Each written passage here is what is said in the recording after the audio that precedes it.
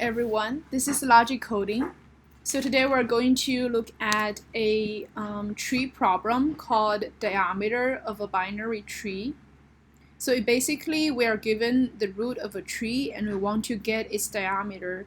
So the diameter of the tree is defined as the length of the longest path between two nodes in a tree. So it's the longest path between two nodes. The path may or may not pass through the root. So the path cannot pass through the root. And the length of the path between two nodes is represented by the number of edges between them. So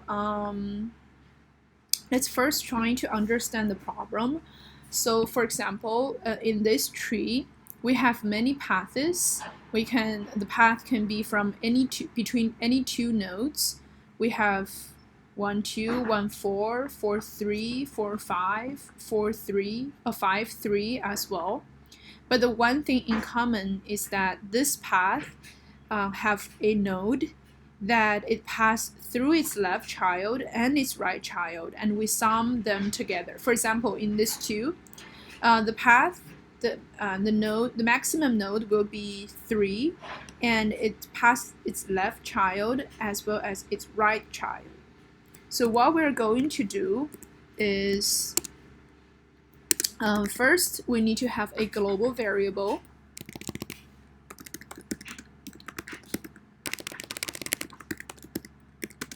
answer or diameter, and we need to update for every node. Okay, cool. Then we need to traverse the tree and update this global diameter for every node to get its maximum. Between every node, how can we update? For example, if I'm at node 1, for a tree, intuition is to whether we can use recursion. So if we do use recursion for the left tree diameter, that would not be correct, because we find that we can only use one part from left and right. For this subtree, we can either use 2, 4 or 2, 5. We cannot use 4 to 5 for when we do subtree 1. So we will need a helper function to keep track of the maximum height or depth or height for this one. And in this helper function, we can update and maintain answer within the helper function.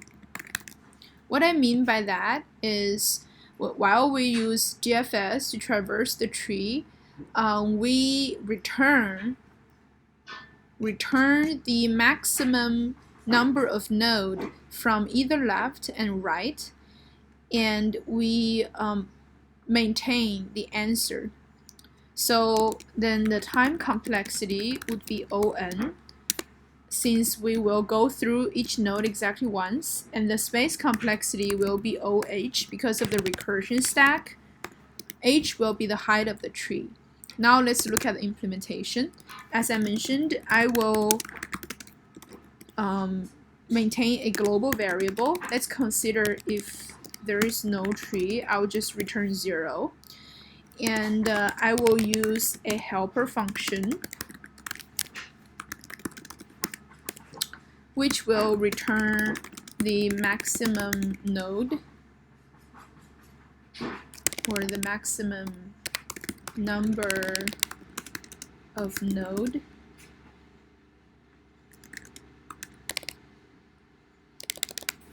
starting from the root. Okay, now let's look at the definition of this helper function. The first input will be the root, and then we should update the answer, so we pass by reference. The base case is if it's not root, I'll just return 0. It will not have any node. Otherwise, I recursively call its left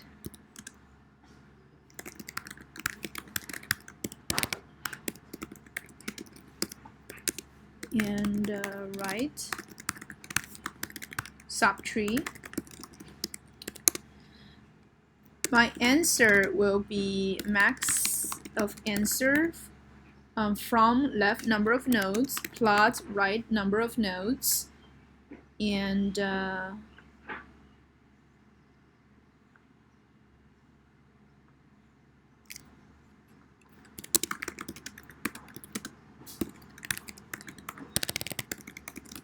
right. Now let's think about whether we should do something here. So for example, for 4, I will return from left, I will return 0, 0. Then for 4, I will have 1 node. For 5, I will also have 1 node. Then for 2, yeah, I should have 3 nodes in this path because I need to add the root node itself. But during the answer, I should do answer minus 1. Because I will return the number of nodes. But for a tree graph, the number of edges is always equal to the number of nodes minus 1. Let's try run the code. Seems to have a typo. Let's try and submit it. Cool. This is a very classical tree problem that can be solved using recursion. The only thing different is that we need a helper function that return another parameter to help keep track of the diameters of the binary tree.